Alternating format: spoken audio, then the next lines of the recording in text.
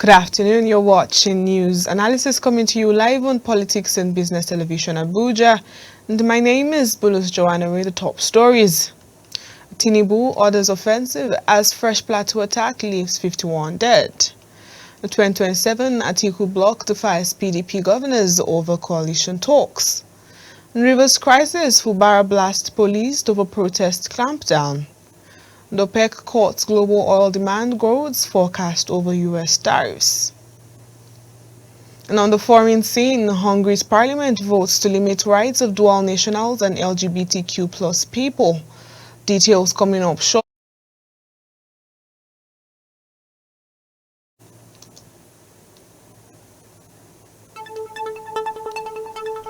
You did forget to say this.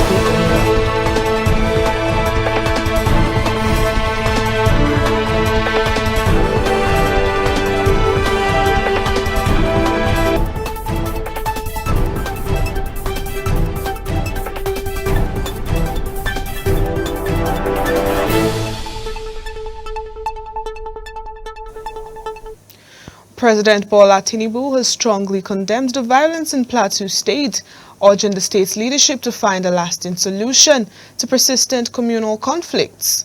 This comes after at least 51 people were again killed by gunmen with scores injured in the early hours of Monday in the Zike and Kakpa communities in Basa local government area of the north-central state, 2 weeks after deadly clashes in other parts of the state left several people dead. Last week, the National Emergency Agency said gunmen had killed at least 52 people and displaced nearly 2,000 others over several days of attacks in Plateau, which has had a history of violence between farmers and cattle herders. Well, on Monday, residents said 51 bodies had been recovered in the Zike and Kimakpa villages in Plateau's Bassa district, while several more were reported injured. Meanwhile, former Vice President Atiku Abubakar has insisted that a coalition remains the only way to unseat President Bola Tinubu in the 2027 election. Atiku argued against the position of 11 People's Democratic Party governors who distanced the party from proposed coalition being championed by the former Vice President. Rising from their meeting in Ibadan on Monday, the PDP's Governors Forum, chaired by Bauchi State Governor Bala Mohammed, announced that the party will not participate in any coalition or merger. And on March 20th, Atiku, who contested the 2023 presidential election under the PDP alongside the former Labour Party presidential candidate Peter Obi and ex-Kaduna State Governor Nasir El-Rufai, announced the creation of a coalition aimed at defeating President Tinubu in the 2027 poll. But the announcement has sparked growing debate, with stakeholders differing on the coalition's viability. And Atiku, who is believed to be interested in running for the 2027 presidency election, has been a strong proponent of opposition unity, stressing the need for collaboration. And on March 8, he shared his efforts to bring together opposition groups and form a coalition to defeat the ruling All Progressives Congress. In the meantime, the suspended governor of Rivers State, Siminalayi Fubara, has slammed the Nigerian police over alleged high-handedness and clamped down on peaceful demonstrators in parts of Rivers State as political tension continues to escalate in the oil-rich South State. This followed two separate protests by a women's group who took to the streets in Port Harcourt City, local government area of Ahodia, East local government area of Rivers State, to express their feelings about the declaration of a state of emergency in the state. The Port Harcourt protesters were in support of the emergency rule, while the Ahoda East protesters called for the reinstatement of Fubara. Last Friday, a group of women under the aegis of Rivers Women Unite for SIM protested against the emergency rule in the state and demanded the reinstatement of Governor Siminalayi Fubara. On business matters, the Organization of Petroleum Exporting Countries on Monday slightly cut its forecast for oil demand growth, citing the impact of U.S. tariffs on the world economy.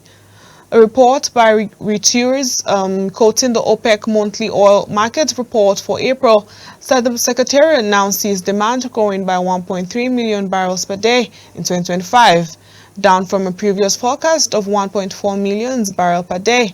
Both forecasters are down 150,000 barrels per day from last month's figures, and the price of OPEC's basket of 12 crudes fell to $66.25 per barrel on Monday, compared with $70.85 the previous Friday.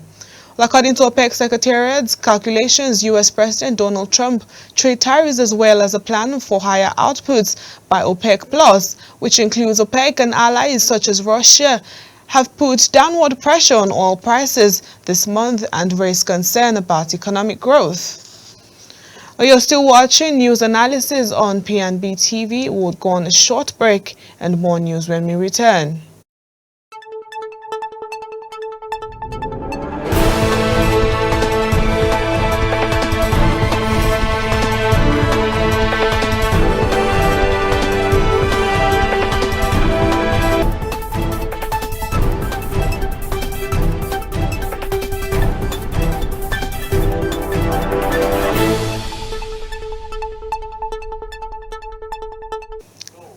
Welcome back, and now to the foreign scene. Hungary's parliament has backed a range of constitutional amendments which will limit the rights of LGBTQ+ people and dual nationals. Well, the amendments, which the government says are aimed at protecting children's physical and moral development, will enable it to ban public LGBTQ+ gatherings. The hundreds gathered outside parliament to protest against the move, which rights campaigners have labeled a key moment in Hungary's shift towards liberal governance. Prime Minister Viktor Orban, whose Fidesz party voted through the bill, vowed in March that an Easter cleanup of his critics was coming. The vote passed with 140 members voting for and 21 against. The amendment will also enable the government to temporarily suspend the citizenship of any Hungarian dual nationals who are deemed a threat to the country's security and sovereignty. And for sports updates, let's join Abel Sunday.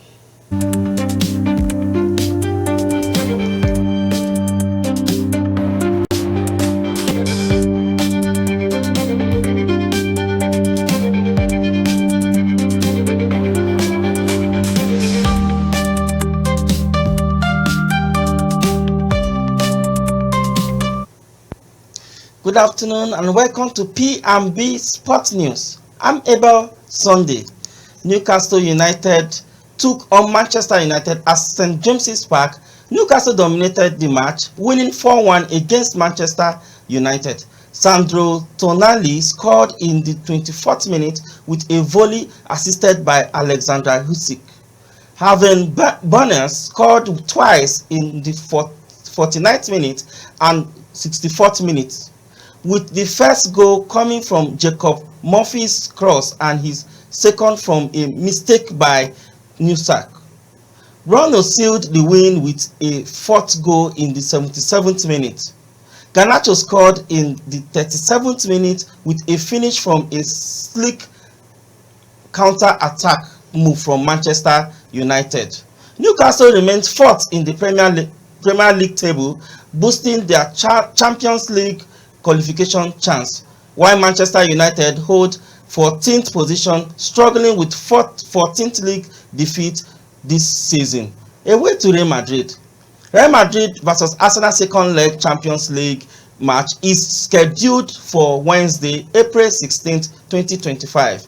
To overcome the 3-goal deficit, Real Madrid would need to win by at least 4 goals in normal or extra time, or win on penalties if the score is 3-0 in their favor after extra time. Arsenal have won their last 3 Champions League away games and could equal their club record of 4 straight road wins in the Champions League set in the 2005-2006 season. That's all for sports today. I'm Abel Sunday.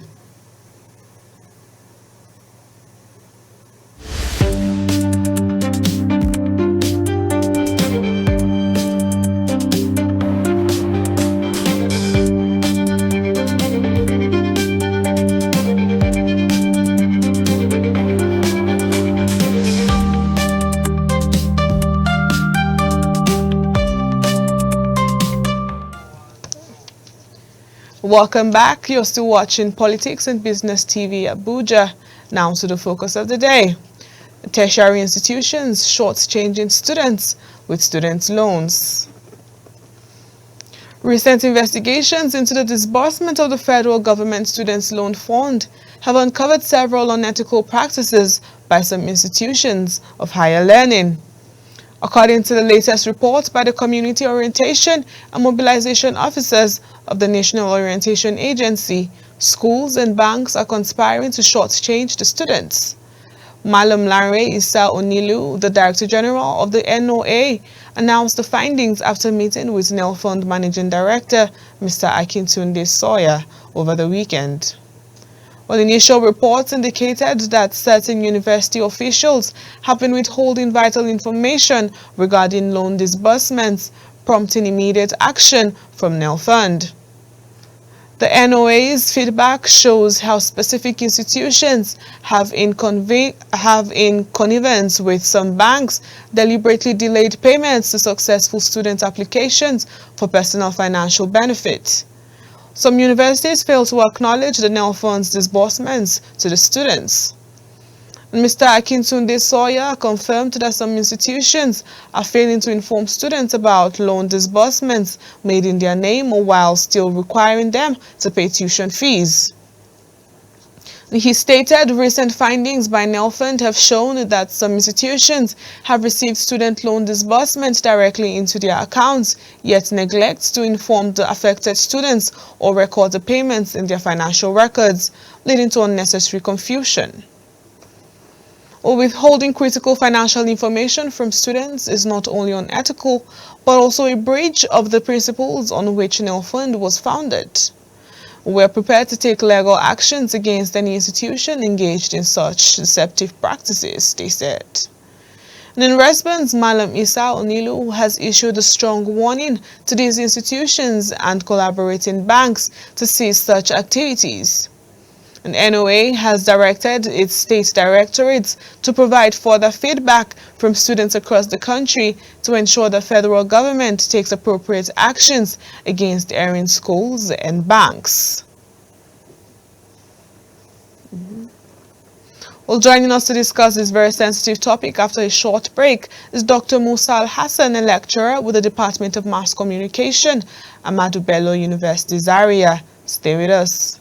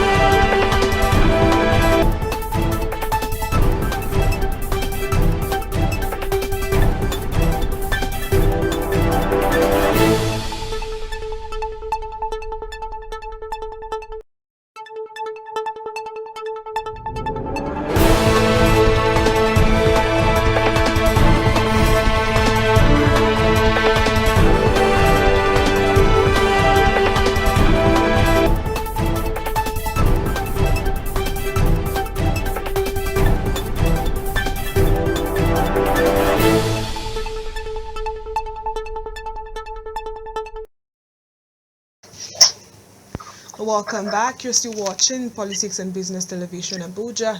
And on to the focus of the day, tertiary institutions shortchanging students with student loans. And joining us to discuss this very sensitive topic is Dr. Musa Al-Hassan, a lecturer with the Department of Mass Communication in Ahmadu Bello University, Zaria. Good afternoon, sir. Good afternoon, the presenter. Thank you for having me. Thank you for joining us, sir.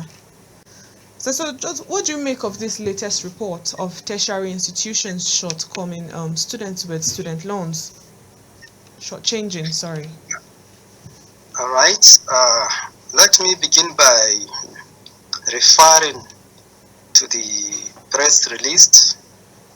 It was a press release purportedly by the State House. When I read the release, I identified the source, that is a director with NOAA, that is National Orientation Agency. And the name was there. And the major argument is there were reports of shortchanging. They used the word shortchanging of students who are beneficiaries of the NEL fund. And the press release is not detailed. It has some problems here and there. Let me explain. I want the listeners, the audience, to understand that this NEL fund is divided into two. There is funds dedicated to payment of school fees, and there is another payment for student upkeep. Here in Ahmadu Bello University, school fees differs from one department to another. I'm in the Department of Mass Communication. Usually the fees charged is 69,500 or thereabout. It's payable directly into the account of the university. But student upkeep, however, is paid into the various individual account of students. So the issue of shortchanging is limited to payment of school fees by NEL fund. The other students' upkeep is paid directly into the individual account of students. That announcement, that press release did not specify. That is one. Two, the issue of school fees is also divided into batches. You have batch 1, you have batch 2. All these are beneficiaries. The first batch was paid before registration. First batch 2024/2025 session was paid before the commencement of registration. And all the beneficiaries were paid into their various university account and did not pay any school fees. None of the first batch complained. Now the second batch was paid in March. That was after payment. The beneficiaries might have paid their school fees before government paid. So usually the second batch, beneficiaries of the second batch will naturally complain that they are not refunded this and that. The audience should take note of this, that the first batch were paid and nobody complained. Sir, is this the story in your own university, which is Ahmadu Bello University, Zaria? Hello, can you repeat your question? Is this the story about your own university, Ahmadu Bello University, Zaria, concerning the topic? Yes. Okay. I want to be specific because I interviewed the beneficiaries and they updated me. So this is the story of Ahmadu Bello University. The first semester, beginning of the first semester is applicable in almost the same time with other universities. So first batch students don't complain. It's the second batch who were paid maybe after their registration. You know, the university will not fold its arms and wait for NEL funds, given the fact that the NEL fund program or project or whatever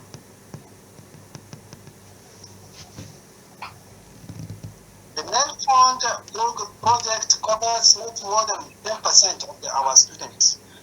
In ABU, first batch 2024/2025 students that benefit, there are just 4,000 plus, while for the second batch is 3,000 plus. So if you add 4,000 plus 3,000 plus, you just have not more than 8,000 out of how many students? Out of 50,000 students. You get the point? Yes, so the university will not fold its arms to ask students to wait until no. Usually, academic calendar are planned by the director of academic planning. They plan how to do something. When to start registration, when to finish, when to start exam, when to finish, when to start this, when to start that. We can't wait for NEL fund to pay before we start our registration. We don't wait for that. NEL fund is an intervention by governments. So let me continue. Yes, sir. The school fees for 2023-2024 academic session, the same thing for last year happened. The first batch was paid before the commencement of registration. They didn't have problem. But the second batch too had problem. Because this payment is made, the student pay into remitter. And you know, deducting, extracting something from remitter takes time. I'm not trying to defend the university management, but it's normal. When payments, non-refundable payments are made into remitter, it takes long to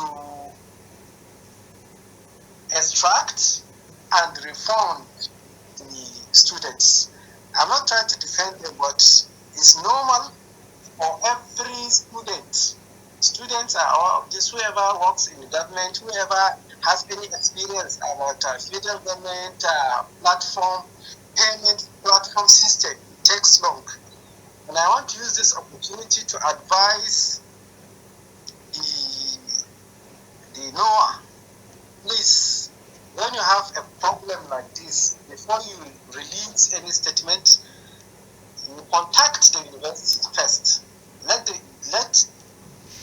agency understand from the university's perspective before finally analyzing, then releasing a statement. This statement shows to me as if the university community were not contacted for their response before they finally release it.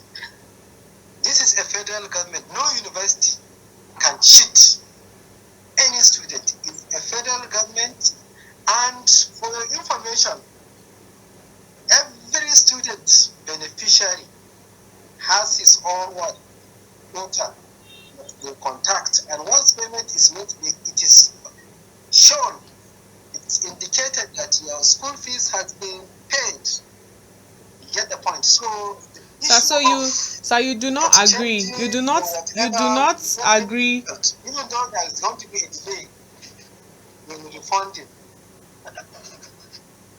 So you do not agree that this report is confirming the endemic corruption in universities?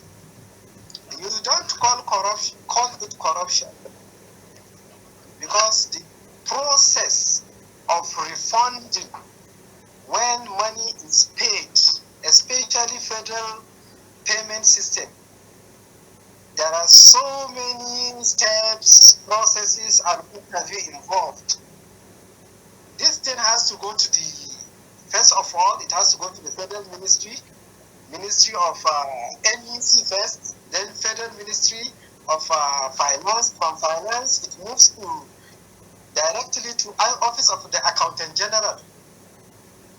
From Office of the Accountant General, that is where the payment, because the money goes to the federal government.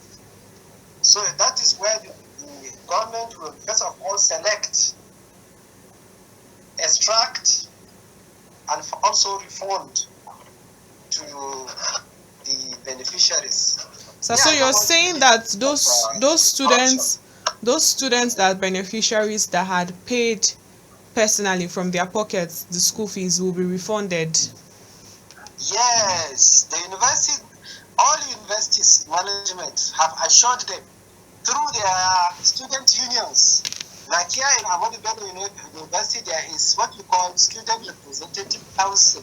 Yes. They have their president, they have their union executives, and what have you, have contacted the management, and the management told them that what university does is to shortlist those that were paid, those whose school fees were paid. They shortlisted it and sent it to government.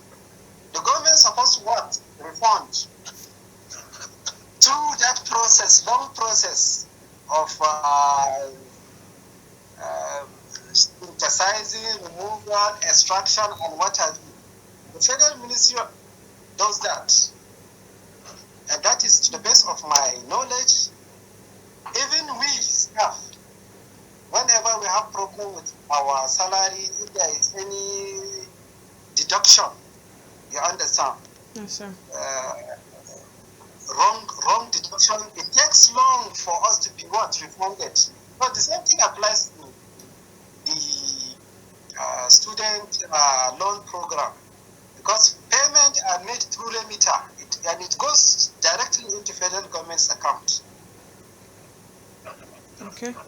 So do you think NEL Fund was not properly structured to undertake this task? Because you mentioned earlier that there was a delay in payments, maybe after the registration or something. You know, the university doesn't have the money at hand. When they pay directly to remitter. It's not paid into the university's account. Those who registered, remember, take note of that. The students that registered, they registered online via remitter. So the money goes into government coffers. And after registration, maybe a month after registration or 2 months after registration, then NEL Fund paid their school fees. So normally, what the government will do is shortlist those that were beneficiaries and send for refund. They will refund, and it takes long. That is my yes, sir. What I'm saying is, if my argument, and the answer to your question yes, is let NEL Fund be paying before yes, commencement of administration. That will go a long way in addressing all these corruption issues, allegations, this and that. Let them pay. December, let them pay for the incoming session. That will address the problem permanently, forever and ever. There won't be any problem, because the student, the charges, the fees for student upkeep, 20,000. Nobody complained about it, because it went directly and is paid directly into their student's account, individual account.